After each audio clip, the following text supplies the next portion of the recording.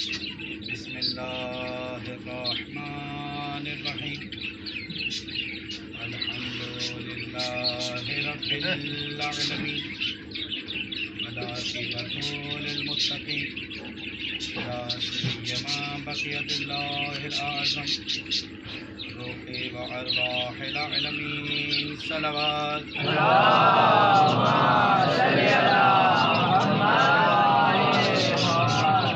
وأهل بيت الطيبين الطاهرين المعصومين المهديين المنتخبين المنتجبين لعنة دائمة على أعدائهم أجمعين من الآن إلى قيام يوم الدين. أما بعد قال رسول الله صلى الله عليه وسلم بسم الله الرحمن الرحيم إني تارك فيكم الثقلين کتاب اللہ و عترتی صلوات اللهم صل على محمد. نظران محترم، اگر آپ تھوڑا قریب آ جائے تو میں انشاءاللہ بات تھوڑا آگے آ جائے.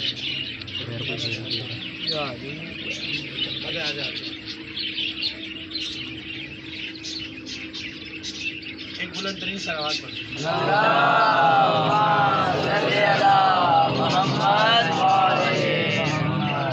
عزیزان محترم، اختصار کے ساتھ چونکہ وقت بھی کم ہے اور ابھی جلوس بھی برآمد ہوگا، تو عشرہ محرم حرام 1443 ہجری کی یہ ہماری 8ویں نشست ہے، اور جس عنوان سے ہم نے اس عشرے کا آغاز کیا تھا، قدراً میں نے کل بہتر انداز سے کوشش کی تھی کہ میں اپنے عنوان کو سمیٹنا شروع کروں، کیونکہ اب وہ ایام نہیں رہے کہ جس میں ہم فضائل اہل بیت کو کثرت کے ساتھ بیان کیا کر سکیں. لہذا دو باتیں آپ کے سامنے بیان کر کر انشاءاللہ مسائل کی طرف بڑھیں گے، جس سے میرا عنوان بھی سمیٹا جائے گا. ہمارا عنوان تھا، جو لوگ گزشتہ عشرے سے میرے ساتھ چلتے آ رہے ہیں، ہمارا موضوع کیا تھا؟ کوئی ہے آپ میں سے جس سے ہم لوگ گفتگو کر رہے ہیں؟ قرآن اور اہل بیت کے عنوان سے ہمارا ایک پورا عشرے کی گفتگو کا آغاز کیا تھا ہم نے، اور تقریباً جو آج مجھے چہرے نظر آ رہے ہیں سارے نئے چہرے نظر آ رہے ہیں. تو آپ لوگوں سے میری بھی شکایت ہے، میں آگا کی طرف سے بھی شکایت کروں گا کہ آپ کے علاقے کی امام بارگاہ مسجد آپ انہیں آباد کریں، وہاں شرکت کریں. یقیناً جو مجھے چہرے آج نظر آ رہے ہیں وہ میں نے پورے 8 دنوں میں نہیں دیکھے. تو یہ میری طرف سے ایک گلہ ہے. میرا بنتا بھی تھا کہ اتنے زیادہ کثرت کے ساتھ مومنین یہاں پہ موجود ہیں، لیکن امام بارگاہ مسجد خالی نظر آتی ہے. 20 25 30 لوگوں کے ساتھ میں نے اس عشرے کو گزار لیا، لیکن اگر اسی طرح چلتا رہے گا تو شاید وہ بات کہ جو 3 چیزیں بارگاہ الہی میں شکایت کرنے والی ہیں. ایک آپ کی وہ مسجد ویران مسجد کی جہاں آپ نماز پڑھنے نہیں جاتے، خدا کی بارگاہ میں شکایت کرے گی کہ پروردگارہ میں اس مجمع میں موجود تھی، ان لوگوں کے درمیان موجود تھی کہ جو کلمہ پڑھتے تھے، دین کا اعلان کرتے تھے کہ مسلمان ہیں، لیکن میرے اندر مسجد میں نماز پڑھنے نہیں آتے تھے. تو خدا کی بارگاہ میں یہ شکایت کریں گی. ایک وہ قرآن کریم کہ جو ہمارے گھروں میں موجود تو ہے اور گرد و غبار سے اٹا پڑا ہے، لیکن ہمیں کھولنے کی زحمت نہیں ہوتی. اور تیسری چیز وہ کہ جو آپ کے علاقے، آپ کے قریب، آپ کے ارد گرد ایک عالم دین موجود ہو، لیکن آپ اس سے استفادہ حاصل نہ کریں. تو یہ تینوں چیزیں خدا کی بارگاہ میں شکایت کریں گی، اور یقیناً جب یہ چیزیں خدا کی بارگاہ میں شکایت کریں گی تو ان کی شکایت کی ہوئی خدا کتنی جلدی قبول کرے گا اللہ جانے. لیکن دعا کرتے ہیں کہ پروردگار ہمیں آئندہ اب جو دن آنے والے ہیں، اور انشاءاللہ جب تک ہماری زندگی ہے، ہم انشاءاللہ اپنی مسجد امام بارگاہ کو آباد کریں گے کہ اس استفادہ حاصل کرتے رہیں گے. تو جو لوگ کریں گے انشاءاللہ بلند ترین صلوات پڑھتے ہیں.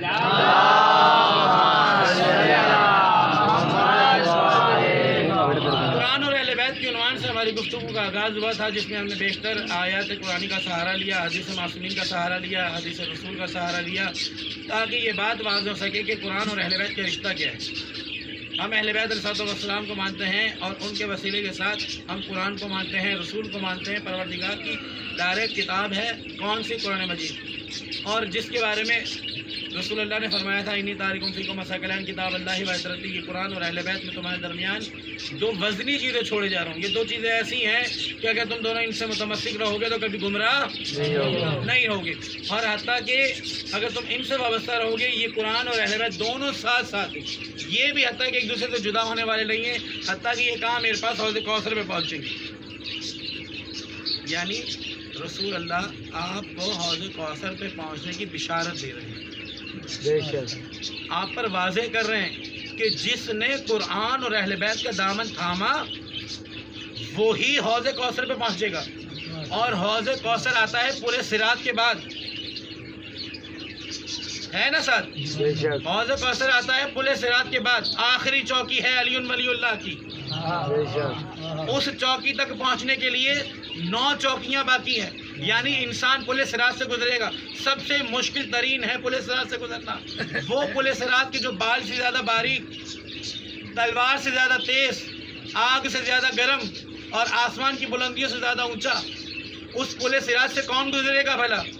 تو میں یوں کہوں گا، نماز روزہ حقوق العباد اپنی جگہ، لیکن امام علی کی ولایت ایک ایسی شے پروردگار نے خلق کی کہ اگر جس کے دل میں علی کی ولایت ہوگی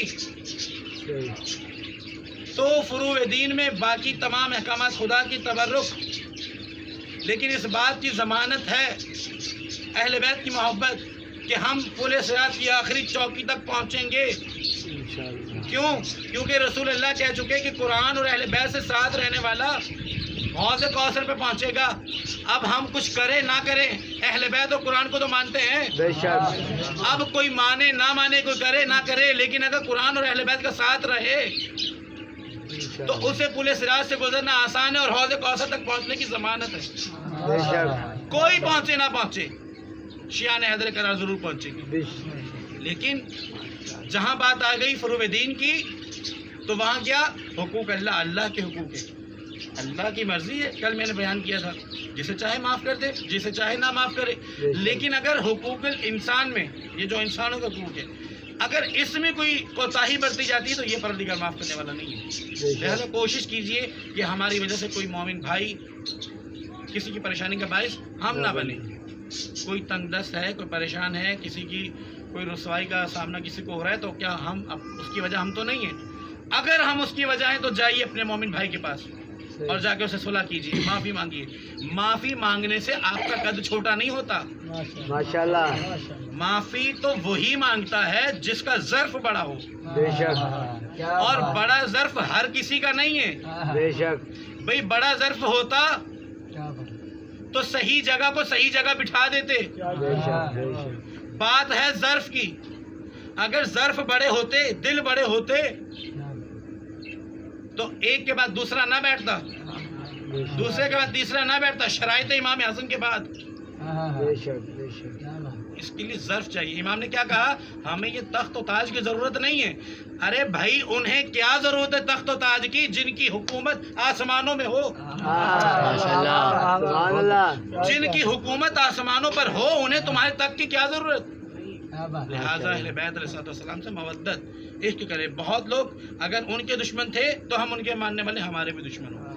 لہٰذا اپنے آپ کو پہچانیے، اپنا مقام پہچانیے. جلدی سے اپنے موضوع کو سمیٹتے ہوئے کہ قرآن اور اہل بیت سے الحمدللہ ہمارا رشتہ ہے، لیکن اسے صحیح معنوں میں پیش کرتے ہیں. ہم انشاءاللہ اس مجلس کے توسط سے مولا قاضی کے علم کے نیچے بیٹھ کر عہد کرتے ہیں کہ پروردگار سے دعا کرتے ہیں کہ پروردگار ہمیں دین حق پر چلنے کی توفیق عطا فرمائے، آمین. صحیح معنوں میں دین سیکھنے اور سمجھنے کی توفیق عطا فرمائے، اور ہمیں ہمارے وقت کے امام کے ساتھ محشور فرمائے. دنیا میں معصوم سے روایت اگر کوئی شخص دنیا میں جس چیز سے بھی محبت کرتا ہوگا قیامت کے دن اس چیز کے ساتھ محشور کیا جائے گا. حتیٰ کہ روایت آگے بڑھتی ہے کہ اگر انسان پتھر سے بھی دنیا میں محبت کرتا ہوگا تو وہ روز قیامت محشر میں اس پتھر کے ساتھ محشور کیا جائے گا. ارے بابا جب محشور ہونا ہی ہے اس سے جس سے آپ محبت کرتے ہیں تو کیوں نہ محبت کرنے والے ہمارے اہل بیت ہوں، ان کے ساتھ محشور ہوں جن کے ساتھ محشور ہو کر ہمیں فخر محسوس ہو.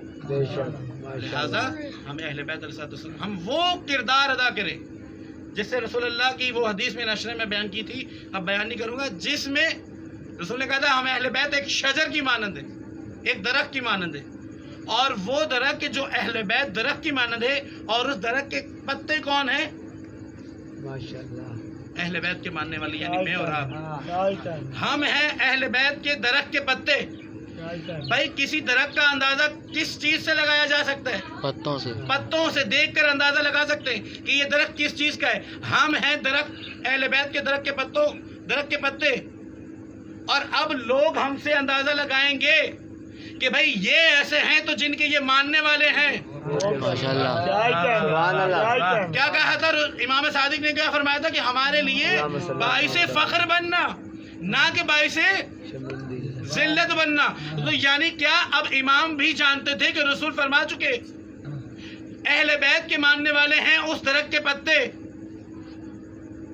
کہ جو جس سے نسبت دی گئی رسول اللہ اور باقی ائمہ معصومین کے ساتھ۔ تو اب جب وہ پتے ان پتوں کے مانند نہ ہو جانا کہ جو موسم بدلتے بدلتے خشک ہوتے ہیں اور پھر اپنی جگہ کو چھوڑ دیتے ہیں،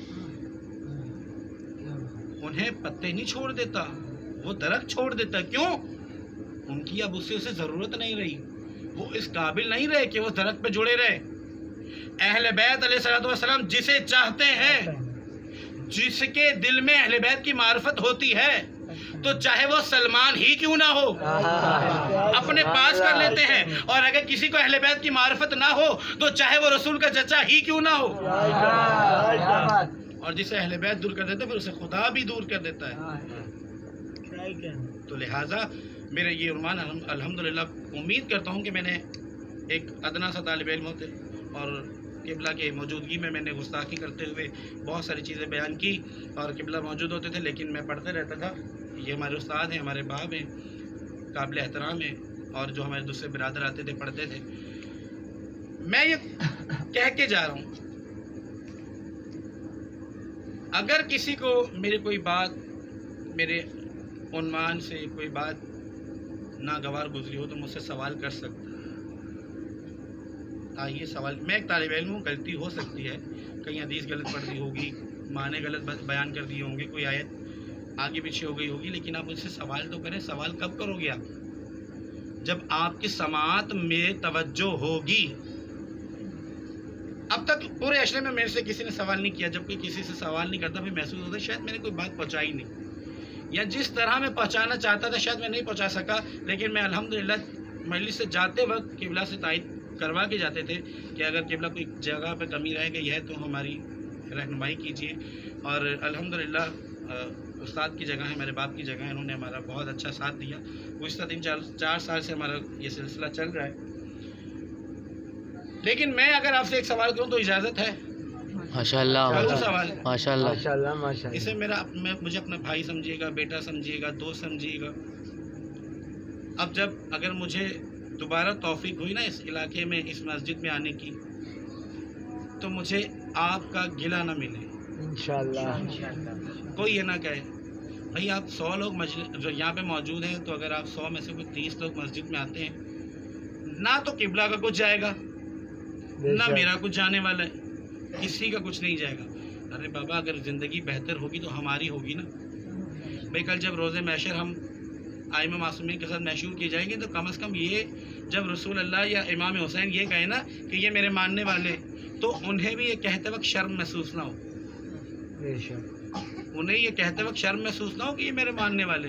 جب یہ کہیں گے نا کہ یہ میرے ماننے والے، کمال اس بات میں نہیں ہوتا کہ ہم کہیں ہم حسین کے ماننے والے،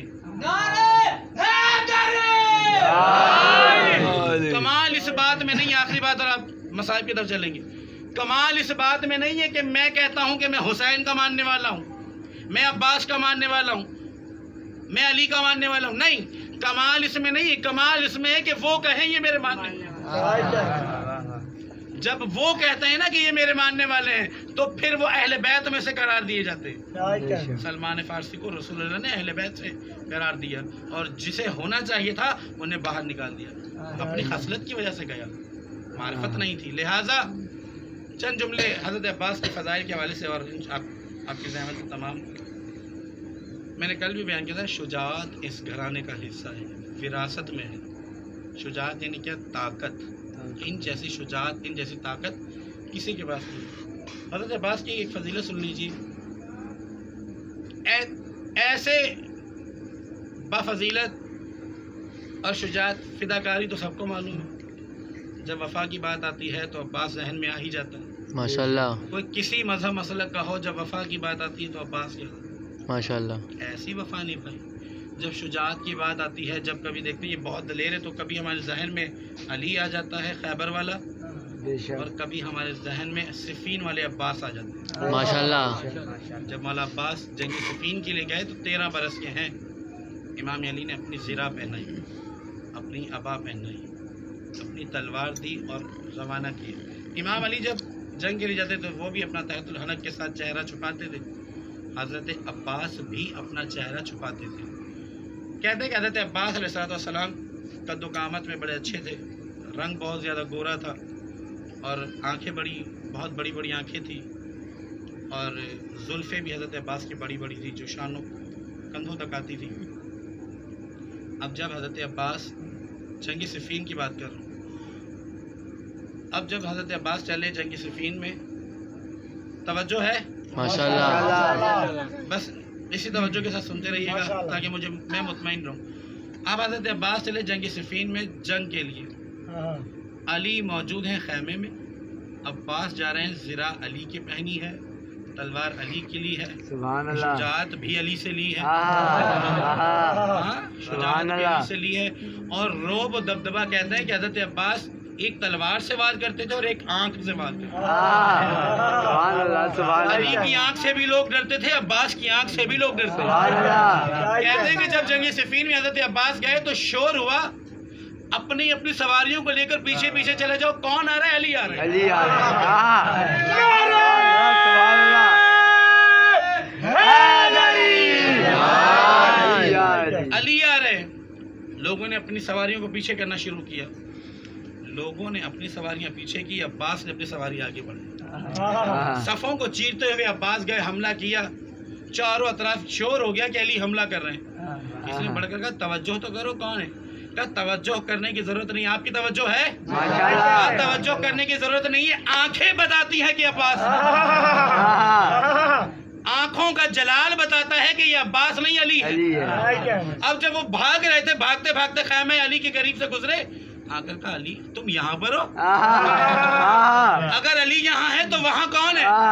سبحان اللہ سبحان اللہ یہ انداز ہے، ایسے شجاعت ہے ماشاء اللہ اور ایسی فداکاری کہ اگر عباس شب عاشور کی رات جناب علی اکبر کو لیا اور بھتیجے کے ساتھ نکلے باہر، خیموں کا اور فوج کا محاسبہ کیا، آ کر کہتے ہیں اپنی طاقت پر حضرت عباس کو ناز تھا، ان بازوؤں پر ناز تھا جس کے بابا کے بازو خیبر میں انگلیوں کے ساتھ در اکھاڑ سکتے تھے، عباس صفوں کو کیوں نہیں کاٹ سکتا تھا. بے شک جنگ کا اور فوجوں کا محاسبہ کیا. محاسبہ کرنے کے بعد علی اکبر سے کہتے ہیں علی اکبر بھی شجاعت تھے اور شاگرد حضرت عباس تھے. اور میں نے کل بھی عرض کیا کہ حضرت جتنے بنی ہاشم کے نوجوان تھے سب عباس کے شاگرد تھے اور عباس حسن کے شاگرد تھے. ماشاء اللہ یعنی امام حسن کی شجاعت کیسی تھی. ماشاء اللہ جناب علی اکبر سے کہا کہ اے علی اکبر، پوری جنگ اور فوجوں کا محاسبہ کر کے آئے. کہا اے علی اکبر، کل صبح جب جنگ ہوگی تو آدھے حصے پر تم جنگ کرنا اور پونے حصے پر میں جنگ کروں. سبحان اللہ یعنی ایک سمت سے میں حملہ کروں گا اور ایک حصہ دیا کہ علی اکبر تم یہاں سے جنگ کرنا. اب جملہ کہوں؟ ماشاء اللہ عباس کہتے ہیں اے علی اکبر، اس پونے حصے سے میں مقابلہ کروں گا، اس نصف حصے سے تم مقابلہ کرنا. اب مولا نے یہاں جملہ کہا اے علی اکبر، جب میں پونے حصے سے جنگ کروں گا تو جنگ کر کے میں تیری مدد کو پہنچ جاؤں گا. سبحان اللہ یعنی سبحان کیا اللہ مولا کہنا یہ چاہ رہے ہیں کہ میں جتنی جلدی وار کر سکتا ہوں. مولا اپنے آپ کو سفین میں سمجھ رہے تھے کہ یہ بھی سفین ہے، لیکن کیا کروں، غربت عباس علیہ الصلوۃ والسلام. جو عباس سمجھ رہے تھے کہ کل مجھے جنگ کی اجازت ملے گی اور میں جنگ کے لیے جاؤں گا. جب صبح عاشور ہوئی نا اور آغاز ہوا شہادتوں کا،